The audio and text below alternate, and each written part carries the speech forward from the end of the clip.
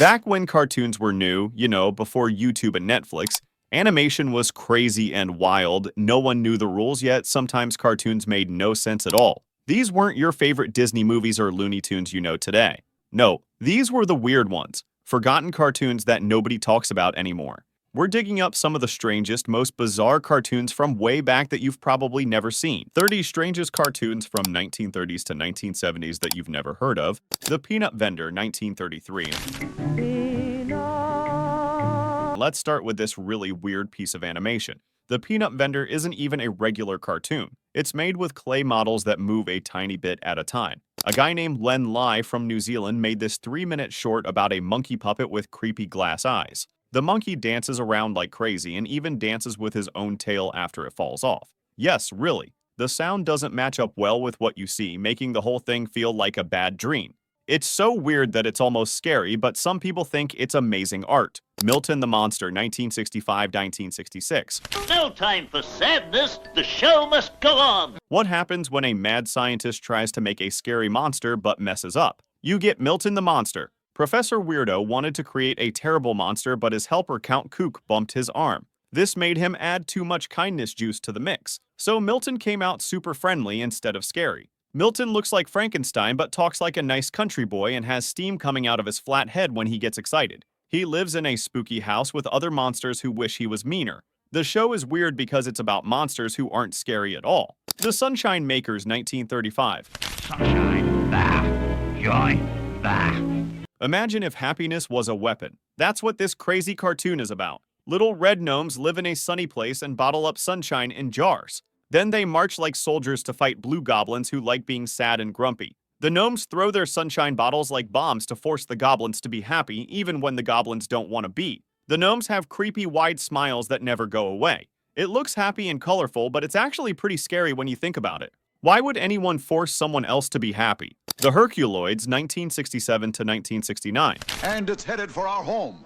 Tara may be in danger. It's about a space family, mom, dad, and their son, who live on an alien planet with the strangest pets ever. They have Zoc, a dragon that shoots lasers from its eyes and tail. There's Egu, a giant ape made of rocks. Tundro looks like a mix between a rhino and an armadillo with 6 legs who shoots energy balls from his horn. And then there are Gloop and Gleet, just 2 blobs of goo with eyes. The opening song tells us nothing about where they came from or why these creatures are friends.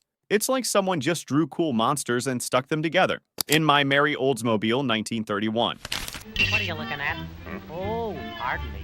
This cartoon is basically a long car commercial, but a really weird one. It's about a young couple who fall in love with help from their car. The cartoon wants you to sing along with bouncing balls showing the words. But the strangest part is the creepy villain who spies on people through windows and tries to break up the couple by offering the girl candy. The whole thing has jokes that adults would understand, but kids wouldn't. It's one of the first times a cartoon was made just to sell something, which was pretty strange back then. Monkey Doodle, 1931. Wonderful, marvelous. Where did you ever get such talent? This cartoon looks like it was made by someone who had never seen a cartoon before. It's supposed to be about jungle monkeys having fun, but it makes no sense at all. The monkeys just dance around and swing from trees while jazz music plays. The animation is so shaky and rough that everything looks like rubber bouncing around. Parts of the sound are missing from every copy anyone has ever found. Some people think the missing parts had bad things in them. The weirdest part is a female monkey at the end who isn't wearing any clothes and a dog wearing pants that don't fit right. The Jackson 5, 1971. Oh man, how did Rosie ever get to Diana Ross? What happens when you turn a famous music group into cartoon characters? You get this really strange Saturday morning show. The real Jackson 5, including young Michael Jackson, did the voices for cartoon versions of themselves. The animated Jacksons would go on weird adventures that had nothing to do with music, like time travel and meeting ghosts, but then they'd randomly burst into song. It was confusing to watch real famous people as cartoons doing things they'd never do in real life. The show mixed their real songs with totally made-up adventure stories that felt more like a weird dream than entertainment. Little Match Girl, 1937. Let's change from weird to really sad. This cartoon tells the story of a poor little girl who's freezing in the snow trying to sell matches to survive. Every time she lights a match, she sees wonderful things like warm fires and big dinners, but then the match goes out and she's cold again. At the end, an angel takes her away to heaven because she dies from being too cold. There's no talking in the cartoon, just sad music and beautiful pictures that make you want to cry. It's strange because most cartoons from this time were funny, but this one is completely heartbreaking. The Hillbilly Bears, 1965. Why did everything stop? It's that bear! This Hanna-Barbera cartoon is about a family of bears who live like poor people in the mountains. They talk with funny accents, don't have modern things like electricity, and live in a broken-down house. The show made fun of people who live in rural areas by showing them as dirty, gap-toothed, and not very smart. Papa Bear, Mama Bear, and their kids would get into silly situations when they met people from the city. Looking back now, it's uncomfortable because it makes fun of poor people and treats them like they're stupid. The cartoon feels mean-spirited rather than funny. Tulips Shall Grow, 1942. This stop-motion cartoon by George Pal tells the story of a happy Dutch couple whose life gets destroyed by robot soldiers called screwballs. These robots march in, wreck everything, and turn the beautiful countryside into a wasteland. It was really about the Nazis taking over Holland during World War II, but told with wooden puppets. The way the puppets move is jerky and mechanical, making everything feel creepy and scary. It's weird because it uses cute puppet animation to tell a very dark story about war and destruction. Most cartoons for kids don't talk about real wars and people dying. Roger Ramjet, 1965 to 1969. Boys, I've just received an important assignment. This cartoon was made to make fun of superhero shows, and boy did it succeed. Roger Ramjet is the worst superhero ever. He gets his powers from proton energy pills, but he's still completely useless at fighting bad guys with names like Noodles Romanoff. The animation looks like it was drawn by someone in a hurry, and Roger talks super fast while nonsense happens around him. Each episode is only 5 minutes long, but feels like someone stuffed an hour of crazy action into it. It's like watching someone purposely make the worst superhero cartoon possible, but somehow it's really funny. It's a Greek Life, 1936. With the wings, I could be a great guy too. This cartoon takes ancient Greek gods and makes them act like cartoon characters. A clumsy centaur, half man, half horse, is supposed to fix the messenger god Mercury's flying sandals. But instead of fixing them, he puts them on and flies around causing chaos in the sky. There's almost no talking, just lots of sound effects and crazy music as the centaur crashes into things and makes the gods angry. It's like someone took serious Greek mythology and turned it into a Three Stooges episode. The animation is wild and energetic but looks cheaper than Disney or other big studios. Space Angel, 1962. Oh, we just got an urgent message from the chief. This is one of the strangest attempts at making realistic animation ever. The creators used a weird technique where they put real human mouths on drawn characters. So you'd see a still drawing of a person, but only their mouth would move with real lips and teeth. It was supposed to look more realistic, but instead it looked really creepy. The stories were serious science fiction about space heroes fighting aliens, but watching frozen cartoon faces with only moving mouths made it feel more like a horror movie. It's like they tried to save money on animation, but accidentally created something nightmare-inducing. Bottles, 1936. Well, bless my soul. This Warner Brothers cartoon starts cute, but gets scary really fast. A pharmacist falls asleep in his shop, and all the medicine bottles come alive. At first, it's fun. Baby bottles cry like real babies, and liquor bottles dance around. But then a poison bottle releases skeletons, witches, and scary monsters that chase the poor pharmacist around. The poison bottle has a skull for a cap and laughs like an evil villain while the pharmacist runs through a maze of fire and scary creatures. It has more scary stuff than most modern kids' movies. This should have been shown on Halloween. The Beanie and Cecil Show, 1962. I'm coming, Beanie! I'm coming! Bob Clampett made this puppet show that's completely bonkers. It follows a boy named Beanie and his friend Cecil, who's a sea serpent. The bad guy, Dishonest John, chases them around while making terrible puns and jokes that make no sense. The puppets move around like crazy while Clampett does all the voices, creating a noisy mess of sound effects and silly dialogue. Time magazine said it was the best kids show on TV, but watching it now feels like someone's fever dream about sailing adventures. It's comedy pushed so far that it becomes beautiful madness. A Swiss Trick, 1931. This cartoon features the original Tom and Jerry, not the cat and mouse you know, but two human guys. They're in the Swiss mountains where their train breaks down. A skinny St. Bernard dog tries to help them, but they end up getting chased down the mountain by goats and then by mice. The weird part is the animation style where everything bends and stretches like rubber. By the end, Tom and Jerry eat so much Swiss cheese that they become full of holes, and mice chase them thinking they are cheese. It's surreal and disturbing, especially the ending where they're running away with holes all through their bodies. Mission Magic, 1973. Well, Tut-Tut, another school day is finished. What happens when you mix Saturday morning cartoons with rock music and real magic? You get this bizarre show starring real musician Rick Springfield as a cartoon teacher. Rick leads his students on supernatural adventures while performing actual songs. The show mixed education with magic as Rick's spells transported the class to different worlds and time periods. Students would solve mysteries involving real magic and fantastical creatures while Rick sang. It's like someone tried to make an educational show, a music video, and a fantasy adventure all at the same time. The result is confusing but somehow entertaining. Willy Whopper in Hell's Fire, 1934. Oh, you're the guy that's always dry. You think you're awfully hot. This cartoon literally takes Willy Whopper to hell. Willy throws a rock down a volcano and hits the devil on the head. The angry devil sends fiery hands to grab Willy and his dog and drag them down to hell. But instead of being a scary place, hell is shown like a fun party. Willy meets famous dead people like Napoleon, Cleopatra, and others who are all having a good time. The strangest part shows prohibition, the law against alcohol, as a person being force-fed drinks by demons. It's weird because hell looks like the best place to be rather than a punishment. Super President 1967-1968. Right, Jerry. Inform the Prime Minister that we'll ship everything we can right away. This cartoon has the strangest superhero ever, the President of the United States. James Norcross is both the leader of America and a superhero who fights space aliens and mad scientists. The show never explains how he has time to run the country while also saving the world from cosmic villains. Episodes show him battling monsters between cabinet meetings, often with no explanation of how he balances being president with being a caped crusader. It's weird to think of the most important person in America sneaking out of the White House to fight aliens in space. Wheelie and the Chopper Bunch, 1974. Oh, yeah? Well, watch this. I'll show Willie something.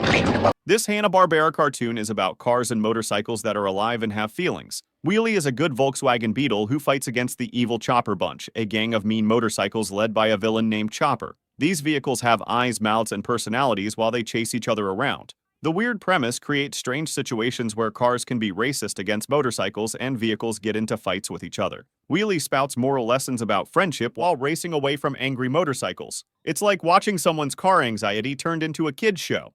Dinner Time, 1928. This cartoon is historically important. It was the first cartoon with sound, coming out just 1 month before Disney's famous Steamboat Willie. But being first doesn't make it less weird. The cartoon shows Farmer Alfalfa as an angry butcher trying to protect his dinner from a pack of hungry dogs. The animation is rough and choppy, and the sound effects are harsh and noisy. Everything feels chaotic and experimental because no one knew how to make sound cartoons yet. The dogs keep trying to steal food while the farmer gets angrier and angrier. It's a fascinating look at how strange early sound cartoons could be. Luno the White Stallion, 1960s-70s. What's this? A note in Luno's mouth. Terry Toons created this series about a magical white horse with wings who could fly, become invisible, and grant wishes to children in need. But unlike most cartoon animals, Luno dealt with serious problems like orphaned kids, natural disasters, and families being separated. The stories often felt more like fairy tales than regular TV cartoons, with real emotional drama mixed in with the magical horse adventures. Luno would help children facing genuine hardships, making it much more mature than typical Saturday morning fare. The disconnect between magical horse powers and heavy emotional themes created an oddly grown-up viewing experience disguised as children's entertainment. Clutch Cargo, 1959-1960. Chub Perkins lost in that great big jungle. How'll we ever find him? This is probably the creepiest cartoon ever made, and it was totally by accident. The creators wanted to save money on animation, so they came up with a weird trick called Synchro Vox. They filmed real human mouths speaking the words, then stuck those moving lips onto drawings of cartoon characters.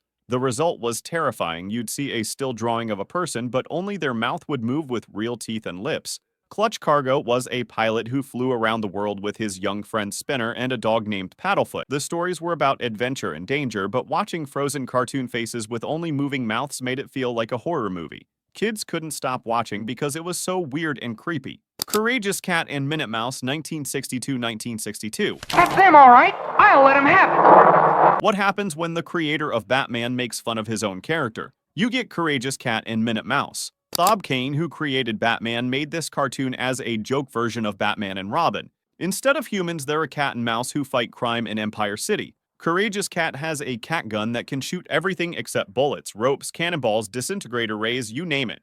Their main enemy is a frog named Flatface who talks like an old gangster movie star. Each episode was only 5 minutes long, so they packed in lots of action and silly jokes. The whole thing was Batman, but with animals and way more ridiculous situations. It's like Kane decided to make fun of superheroes before anyone else did. Fearless Fly, 1965-1966. I have finally found a way to finish Fearless Fly. Remember Milton the Monster? Well, this was part of that same weird show, but Fearless Fly deserves his own spot for being extra strange. Hiram is just a regular housefly, but when trouble comes, he hides in a matchbox, puts on a tiny red sweater and special glasses, then becomes the superhero Fearless Fly. He's more powerful than a speeding rocket and faster than a beam of light. His main enemy is the 900-year-old villain Dr. Goofy, who looks like an evil Chinese stereotype. The weird part is that Fearless Fly's only weakness is losing his glasses, which happens in almost every episode. So you'd watch this super powerful fly become helpless whenever his tiny glasses fell off. It's a superhero cartoon about an insect with vision problems. The Mighty Hercules, 1963. Oh, there you are. What were you doing in that cave? This cartoon took the strongest hero from Greek myths and made him fight monsters in the weirdest ways possible. Hercules gets his power from a magic ring and has to say Olympia to become super strong. He lives on Mount Olympus but keeps coming down to Earth to help people fight demons, wizards, and strange creatures. The animation was really cheap. Characters would move their mouths, but their bodies stayed perfectly still. Hercules had friends like Newton the Centaur, half man, half horse, and Helena, who seemed to exist just to get kidnapped every episode. The strangest part was how they mixed ancient Greek mythology with modern-day problems, like Hercules using his strength to stop bank robbers or help build bridges. Space Cadets, 1966. He's after one of the space cadets. Thick 'em, pop star. Imagine the Little Rascals, but in outer space with alien kids, and you get this bizarre Hanna-Barbera creation. The Space Cadets were a group of young aliens who lived on different planets but hung out together in spaceships. They had names like Scooter, Jenny, Countdown, and Snoopy, a different Snoopy, not the famous dog. Their main enemy was Captain Skyhook, a space pirate who was always trying to capture them for some reason. Each episode showed these alien kids getting into trouble in space while trying to outsmart the captain. The weird part was mixing the innocent fun of neighborhood kids with serious space adventure themes. Plus, the alien kids looked and acted exactly like human children, which made you wonder why they even bothered making them aliens. The Mighty Man and Uke, 1979-2080. I don't think he'll remember anything he saw today. This cartoon had one of the strangest superheroes ever, a dog so ugly that anyone who looked at him would faint. Mighty Man was a regular superhero, but his secret weapon was Uke, the world's ugliest dog. Uke wore a doghouse over his head because he was too hideous to look at. When villains showed up, Mighty Man would tell Uke to show them your face, and Uke would lift up his doghouse. The bad guys would immediately faint from seeing how ugly he was. We never actually got to see what Uke looked like because the cartoon would always show other characters' shocked reactions instead. It's probably the only superhero show where the main power was being too ugly to look at. The whole concept was mean and weird, but somehow kids loved it. The Osmonds, 1972-1973. Donny Osmond. Just like the Jackson 5 cartoon, this show turned a real music group into cartoon characters but somehow made it even stranger. The Osmonds were a popular singing family, and this cartoon showed them as crime-fighting musicians who used their music to solve mysteries and help people. The animated Osmonds would travel around in a colorful bus, kind of like Scooby-Doo, but instead of solving spooky mysteries, they'd burst into song and dance numbers that somehow defeated the bad guys. The real Osmonds did their own voices, which made it feel like watching real people trapped in a cartoon world. Each episode ended with them performing a complete song, turning the whole thing into a weird mix of action cartoon and music video. Rocket Robin Hood, 1966. Right! No wonder Maid Marian is watching you so admiringly. What if Robin Hood lived in the future and fought bad guys in outer space? That's exactly what this weird Canadian cartoon was about. Rocket Robin Hood takes place in the year 3000, where Robin and his merry men live on an asteroid called New Sherwood Forest. Instead of bows and arrows, they use electro quarterstaffs and fly around in spaceships. Robin still steals from the rich to give to the poor, but now the rich people live on different planets. The strangest part was watching medieval characters like Little John and Friar Tuck wearing spacesuits and fighting robots. The animation was really cheap and choppy, but the idea of Robin Hood as a space pirate was so crazy that kids couldn't stop watching. Shazam, 1967. It is fortunate you did not fall into the sea of serpents. Two American kids, Chuck and Nancy, find a broken ring in a cave that transports them to ancient Arabia when they put the pieces together and say Shazam. This summons a giant 60-foot tall genie who becomes their magical protector. Shazan gives them Kabubi, a flying camel, to travel around the desert, helping people and fighting evil wizards. But here's the weird part. The genie can do absolutely anything except send them home. He tells them they have to find the ring's real owner first, but he won't give them any clues about who that might be. So these kids are basically stuck in the past forever, calling on their all-powerful genie whenever bad guys show up. Each episode followed the same pattern. Kids get in trouble, call Shazan, genie appears and defeats villain while laughing ho ho ho ho. It was like having a cheat code that made every adventure too easy. Josie and the Pussycats in Outer Space, 1972. Stop moaning. If it weren't for you, dear sister, we wouldn't be in this predicament. Remember Josie and the Pussycats, the girl band that solved mysteries? Well, someone decided they needed to go to space for no good reason. This show took the same characters but launched them into outer space, where they traveled from planet to planet in a spaceship, still playing music and solving mysteries. They met aliens who looked like humans with weird costumes, and somehow their regular instruments still worked perfectly in the vacuum of space. The strangest part was that nothing really changed except the background. They still had the same personalities, the same jealous Alexandra causing trouble, and the same cowardly Alexander. It was like someone just painted stars and planets behind the regular Josie cartoon and called it a space adventure. Chattanooga Cats, 1969. It's way out, all right, but way out where? This Hanna-Barbera show was about a rock band made up of anthropomorphic cats who lived in a clubhouse and performed concerts. The four cats, Country, Groovy, Kitty Joe, and Scoots, would play music and get into adventures around their hometown. But the really weird part was that the show also included completely unrelated cartoon segments like It's the Wolf and Motor Mouse and Autocat that had nothing to do with the main characters. It was like 3 different shows mashed together for no reason. The Chattanooga Cats themselves were trying to be cool and hip for the late 1960s, but they just came across as adults trying way too hard to understand what kids liked about rock music. Their songs were generic and their groovy slang sounded forced and fake. Captain Fathom, 1965. Your daughter's a million laughs, Sam. Sammy Jr., what do you think of her? This underwater adventure cartoon used the same creepy Synchrovox technique as Clutch Cargo, where real human mouths were stuck onto still drawings. Captain Fathom was a deep-sea explorer who traveled around the ocean in a submarine, fighting underwater villains and sea monsters. The stories tried to be serious action-adventure, but watching frozen cartoon faces with only moving lips made everything feel like an underwater horror movie. Captain Fathom would explore sunken ships and lost civilizations while his mouth moved realistically, but the rest of his face stayed completely still. It was supposed to save money on animation, but instead created something that was more creepy than entertaining.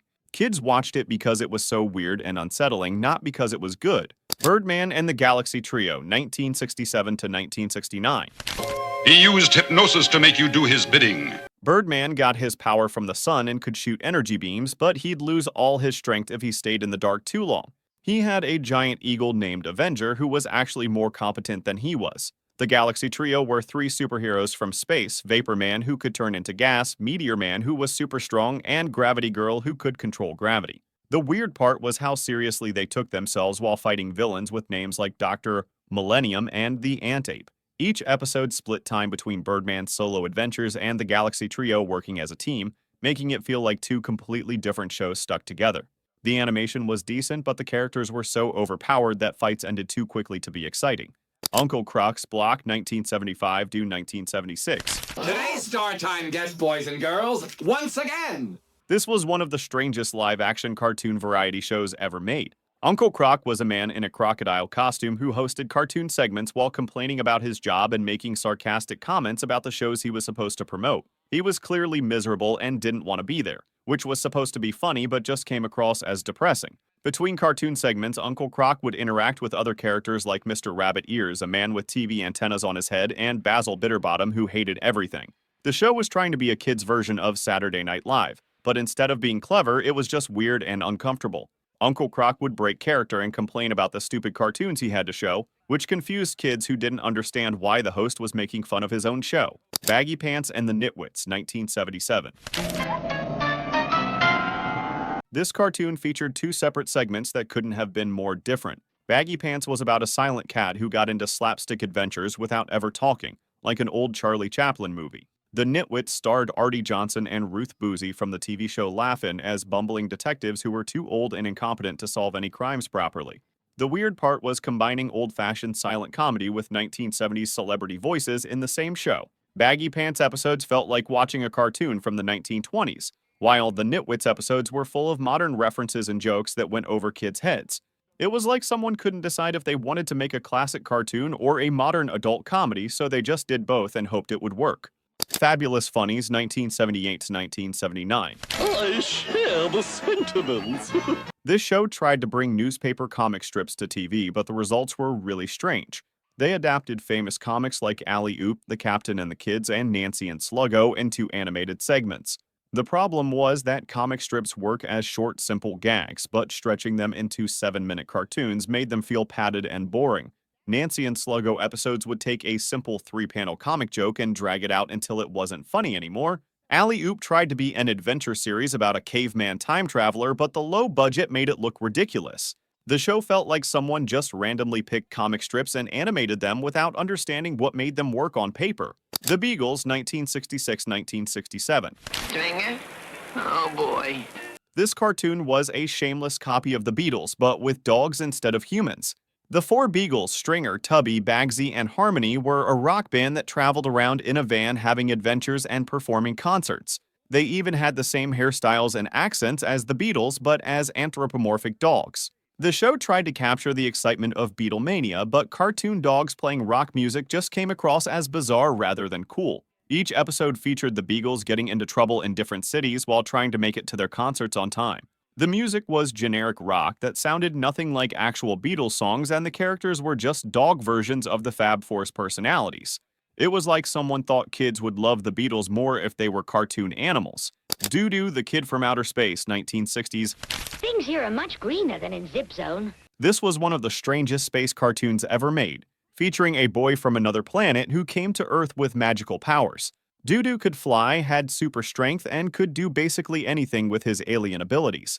But instead of being a superhero, he just used his powers to help regular kids with everyday problems like bullies or getting to school on time. The animation was extremely crude, even for the 1960s, with characters that barely moved and backgrounds that looked like they were drawn in crayon.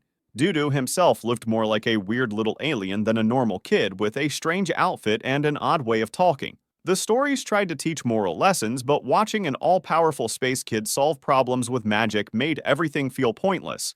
Why worry about anything when Doo-Doo can just wave his hand and fix it? Closing, these Strangest cartoons 1930s to 1970s show us just how weird and experimental animation used to be. From bizarre 1930s cartoons to the strange 1970s cartoons, these forgotten cartoons 1930s to 1970s were full of the weirdest cartoon characters ever created. Whether they were eerie old cartoons like QT Hush or disturbing old cartoons like the Sunshine Makers, these lost cartoons 1930s to 1970s prove that animation's golden age was full of surreal surprises. If you enjoyed discovering these creepy classic cartoons and obscure cartoons 1930s to 1970s, subscribe for more forgotten animation treasures.